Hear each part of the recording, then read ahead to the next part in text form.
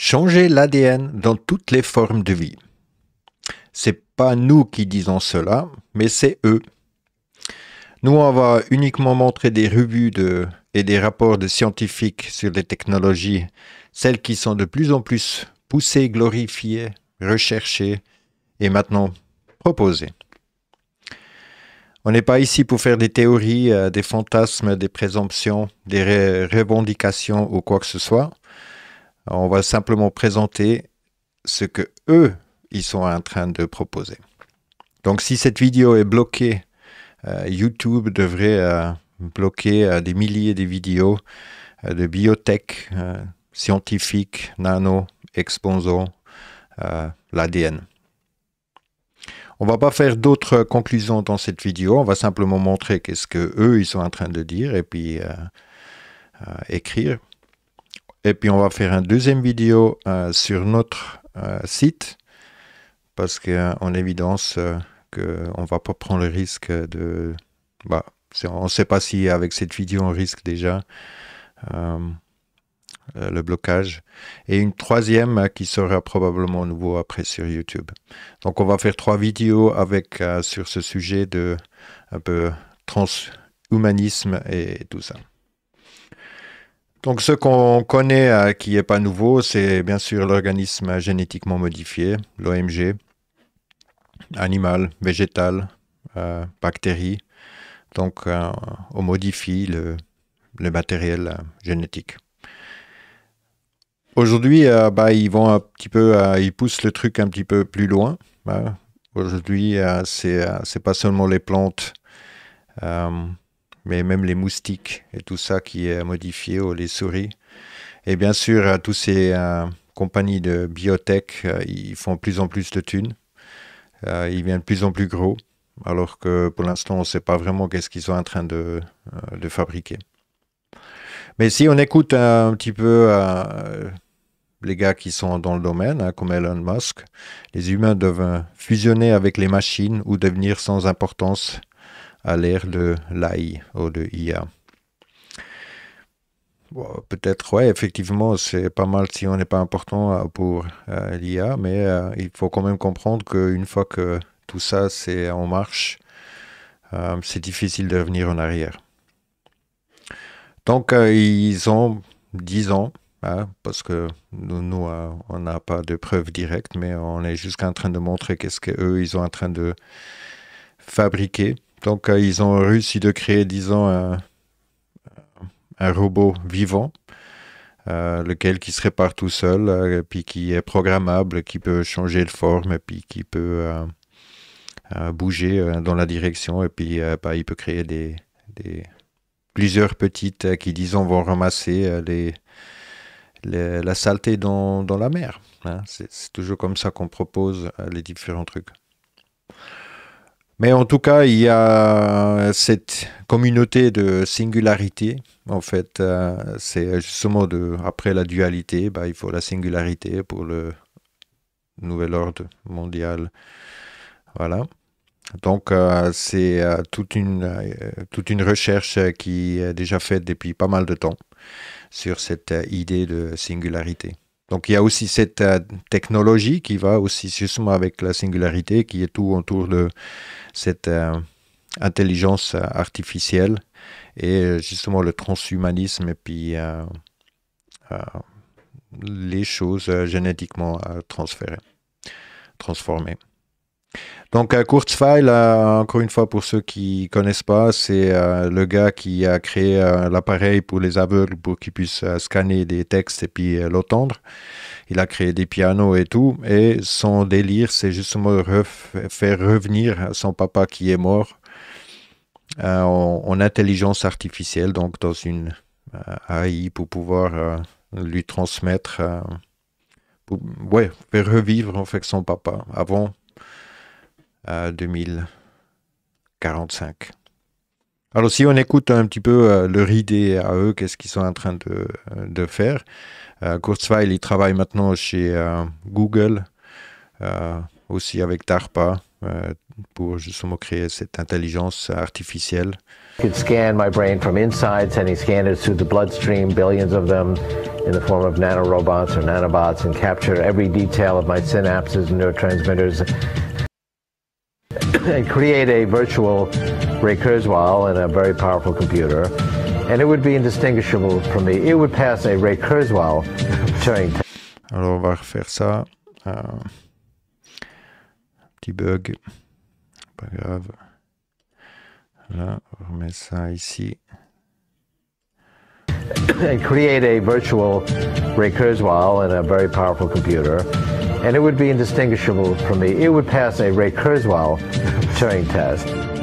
And third, we're going to need computer models of how each kind of brain cell works, taking input signals, changing interval state, and sending output signals. If we have good enough. Voilà. Donc ils sont bien dans le délire de vraiment recréer un cerveau artificiel.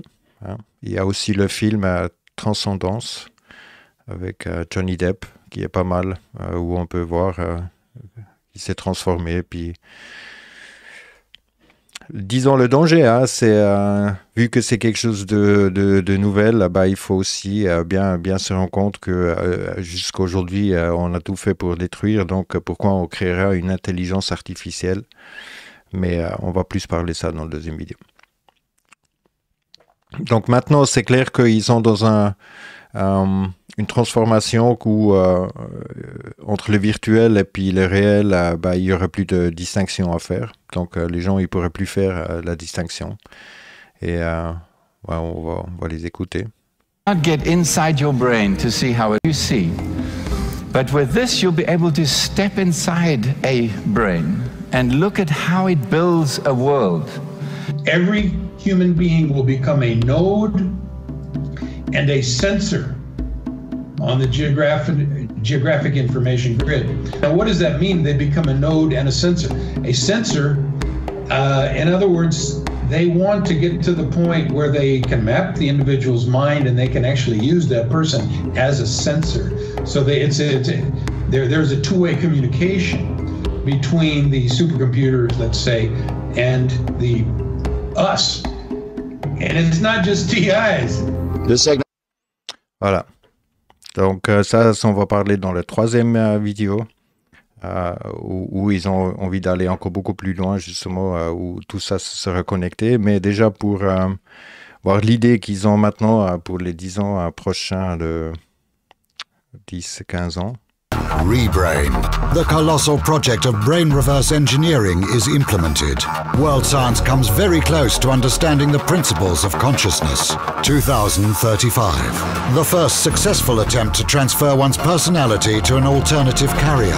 The epoch of cybernetic immortality begins. Donc ça c'est le but, hein, l'immortalité cybernétique. Ouais, c'est du gros délire, mais ils sont sérieux et puis ils font vraiment tout pour, disons, y arriver. Mais il faut bien comprendre que c'est irréversible.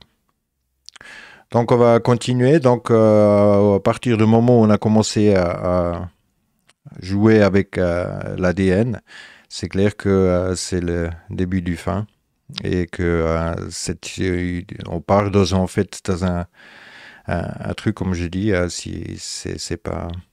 On ne peut pas revenir en arrière. Et ça c'est le truc le plus important, que nous se rendons compte que là derrière, il y a beaucoup plus en train de jouer que juste les masques et puis tout le reste.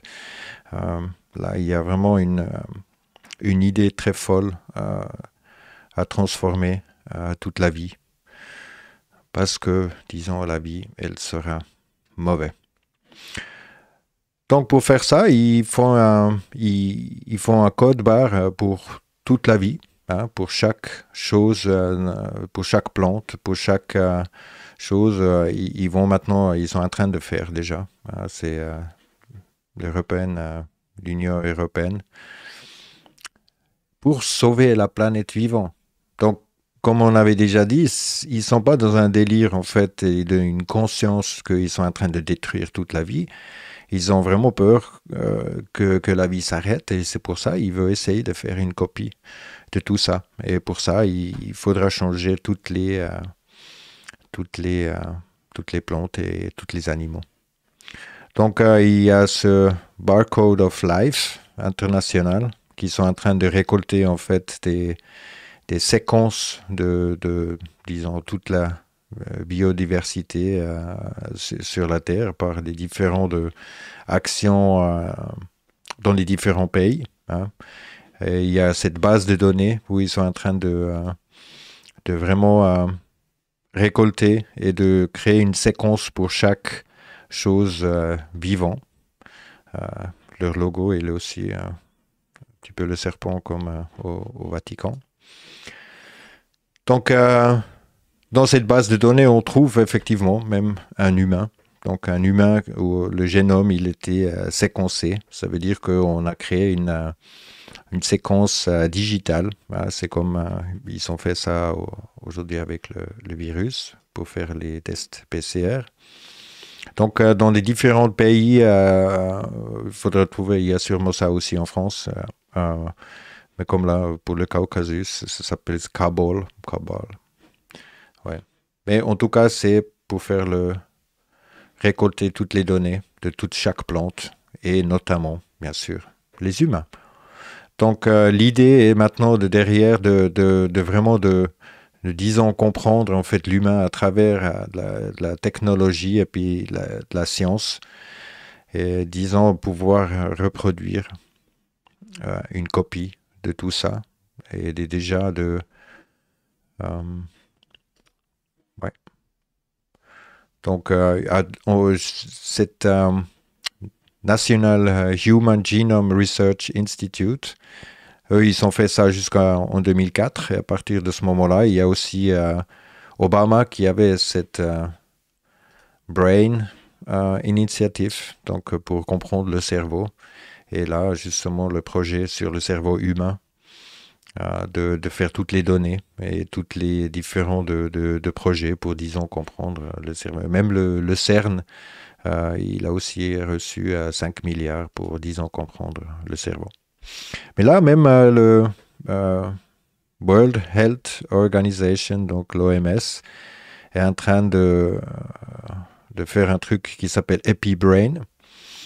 Donc, c'est pour faire une donnée générale, en fait, de, disons, tous les humains sur Terre et savoir leur santé pour pouvoir intervenir et puis avoir une plateforme générale pour savoir où sont, disons, les malades et puis où il faudrait intervenir. Voilà, ça c'est leur truc. Maintenant, avec justement l'intelligence artificielle, de trouver, disons, des améliorations à faire sur Terre, ce qui est complètement délirant. Alors, aussi le World Economic Forum, ils ont fait un truc, ça c'était en 2017, ils sont contre l'intelligence artificielle rencontre la stupidité humaine. Donc, eux, ils sont persuadés qu'ils ont l'intelligence et que justement cette intelligence artificielle, il ne faut pas qu'elle soit nourrie par des blaireaux comme nous, mais il faut qu'elle soit justement faite par des gens comme des gens qui font le World Economic Forum.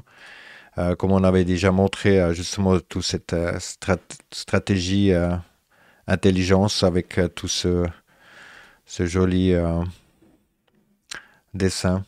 Et déjà là, on avait trouvé l'intelligence artificielle comme le grand reset qui est là-dedans. Donc, comme le Klaus Schwab, la pandémie représente un petit fenêtre d'opportunité pour faire le grand reset. Et son idée, il est aussi très clair. C'est pour la 4e révolution industrielle.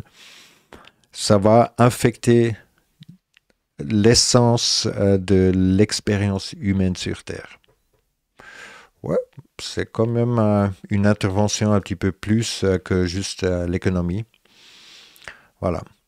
Donc maintenant, côté technologie, on peut regarder qu'ils ont des appareils qui font justement leur détection justement leur truc de génome en une journée maintenant. Donc avec ces différents technologies, ils peuvent maintenant, comme le test PCR, ils font à la même façon, ils font justement cet séquençage. Donc ils le font en 24 heures maintenant. Par contre, c'est seulement de récolter les données et puis les séquences de l'ADN ou le RNA. Justement, le RNA, c'est une partie du DNA. Donc, ils sont en train de vraiment dire qu'ils sont en train de modifier, modifier les génomes. Et ça, dans un style plutôt très radical, parce que si on regarde qu'est-ce qu'ils sont en train de faire ici, l'ingénierie du génome ou l'édition de gènes est un type de génétique dans lequel l'ADN est inséré, supprimé, modifié, remplacé dans le génome de l'organisme vivant. Voilà, ça c'est... Et si justement on est dans un délire où certains gens ils pensent qu'ils sont intelligents et d'autres ils ne sont pas intelligents, disons de changer une partie de l'ADN pour justement, comme là ils disent dans le Google, dans une vidéo de Google, c'est le génome ego. Donc ils disent il veut changer le génome d'ego, donc de détecter le génome d'ego et puis pour pouvoir changer celui-là. Since the 1970s, huge efforts have been made in sequencing the human genome. Today, after many years of research and billions of data points, that sequence is known. By adopting a similar perspective with user data, we may begin to better understand its role. Just as the examination of protein structures paved the way to genetic sequencing, the mass, multi-generational examination of actions and results could introduce a model of behavioral sequencing. As gene sequencing yields a comprehensive map of human biology, researchers are increasingly able to target parts of the sequence and modify them in order to achieve a desired result. As patterns begin to emerge in the behavioral sequences, they too may be targeted. The ledger could be given a focus, shifting it from a system which not only tracks our behavior, but offers direction towards a desired result. Voilà, donc de carrément, par le génétique, disons, de changer le comportement des gens.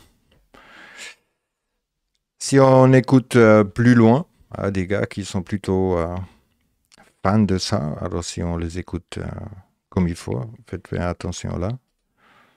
I keep hearing that CRISPR is going to revolutionize medicine, the way we fight disease, cure cancer, and maybe even create new humans. And voilà. Même créons de nouveaux humains. Et si on regarde ça, c'est justement, vous pouvez regarder le CRISPR, la façon comment faire le truc, donc de prendre une partie des séquences, de changer, de détecter, et puis de remplacer une partie dans l'ADN, et de justement remplacer par un bout, en fait, qui, disons, sera plus souhaité que d'autres. Et cette procédure, on va jusqu'à l'écouter depuis là. But if we look at its major structure, it has a nuclease. So it's got this section right here where it can cut DNA here, and it can cut DNA here as well. In S. pyogenes, they also are creating two long strips of RNA. We have the CRISPR RNA. The CRISPR RNA is going to fit into the Cas, but they also have what's called tracer RNA. And so if we look at what that looks like in this bacteria, you've got the spacer segment. That's going to be the part that matches up with the corresponding viral DNA. You have this tracer tracer RNA that essentially holds the CRISPR RNA in place. And then this whole thing together forms this complex where we can break DNA. But what the lab thought is, wouldn't it be cool if we could modify this whole system? Use the 1Cas9 protein, but let's put our own sequence of DNA right here. And then if we could somehow connect these two together, we'd have a really simple system. And that's what they did. They created the tracer RNA, CRISPR RNA, chimera. And so what's a chimera? It's this ancient... Voilà. Donc ça, c'est le délire réel. Et ils sont fans de ça. De changer cette bactérie et de juste changer cette séquence, de reprogrammer en gros le DNA des gens. Et ils ont vraiment appelé ce truc chimère. Là. Alors si on regarde, qu'est-ce que ça veut dire? Une monstre cracheur de feu dans la mythologie grecque ayant une tête de lion, un corps de chèvre et une queue de serpent. Un monstre imaginaire composé de parties incongrues, une illusion ou une fabrication de l'esprit, un rêve irréalisable. Voilà. Mais si on regarde, ça c'est le chimère. Donc, ouais. On ne pense pas qu'il y a vraiment besoin de beaucoup d'explications, mais si eux, ils veulent carrément changer le génome de l'humain, d'utiliser ce genre de symbolisme, ça devrait plutôt montrer tout déjà. Bref.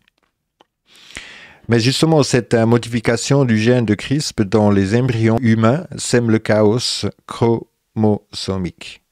Donc, ils ont essayé de faire des tests comme ça, et puis même en Chine, maintenant, ils ont changé déjà des bébés, puis ils leur ont enlevé une partie, en fait,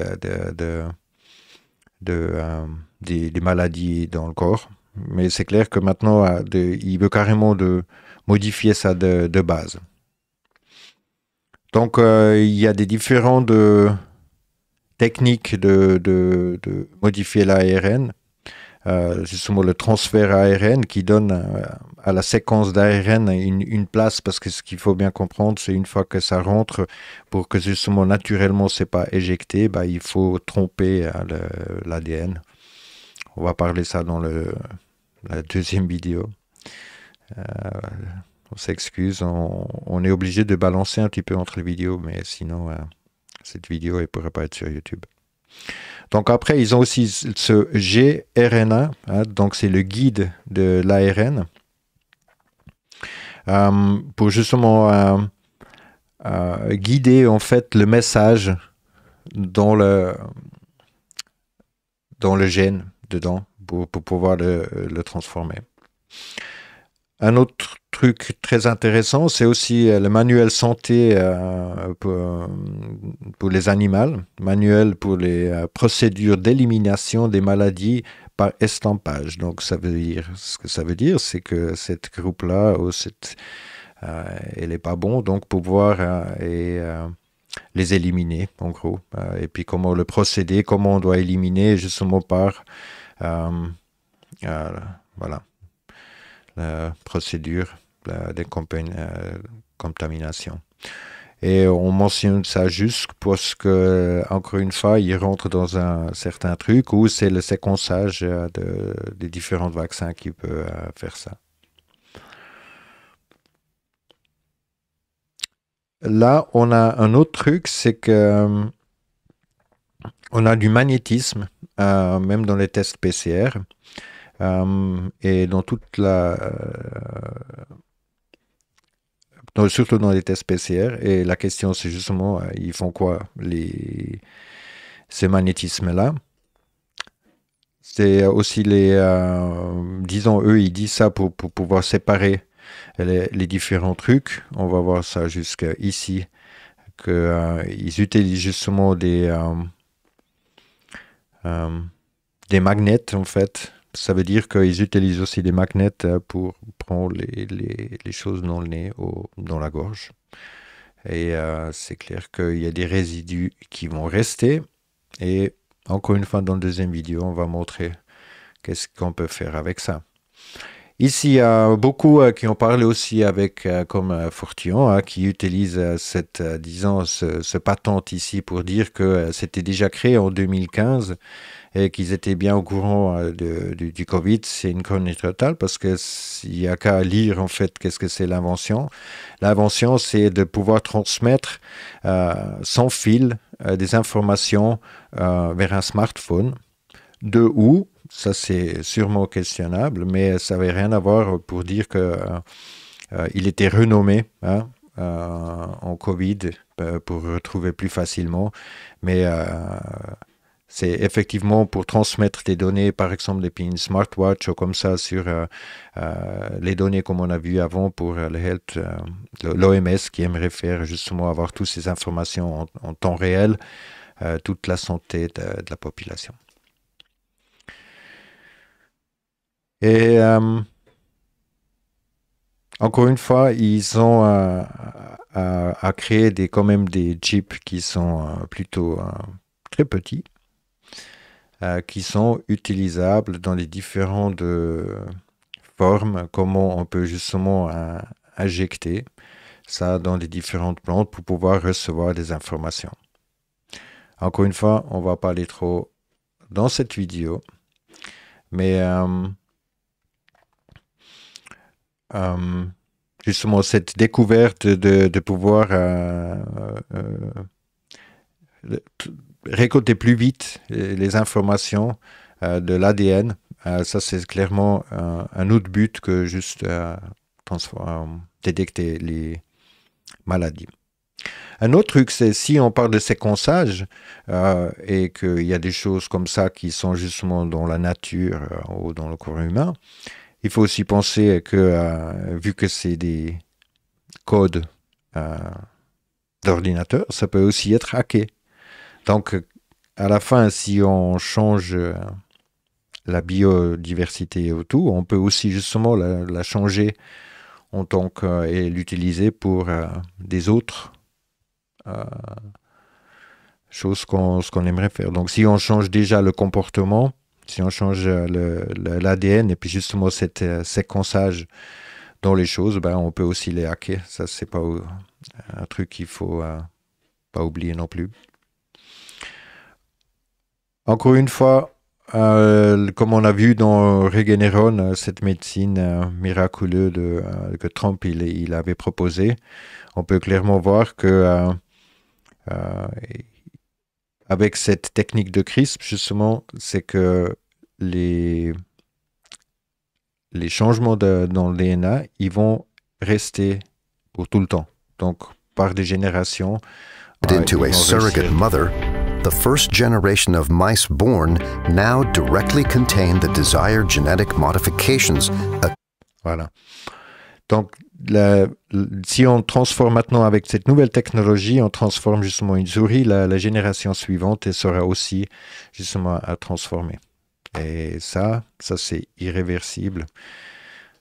C'est pour ça, c'est quand même quelque chose qu'il faut bien garder dans la tête. Donc, on écoute encore un dernier extrait. Notice, because they realized they could take this technology and bring it up to a whole other level.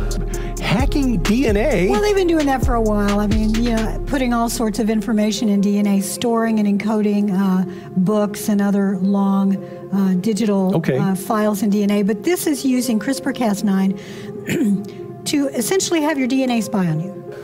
It's gotten to a point of a confluence, a merging between man and machine in a digital cyber world where we can never tell them apart. Voilà. Si on vit déjà aujourd'hui dedans, non.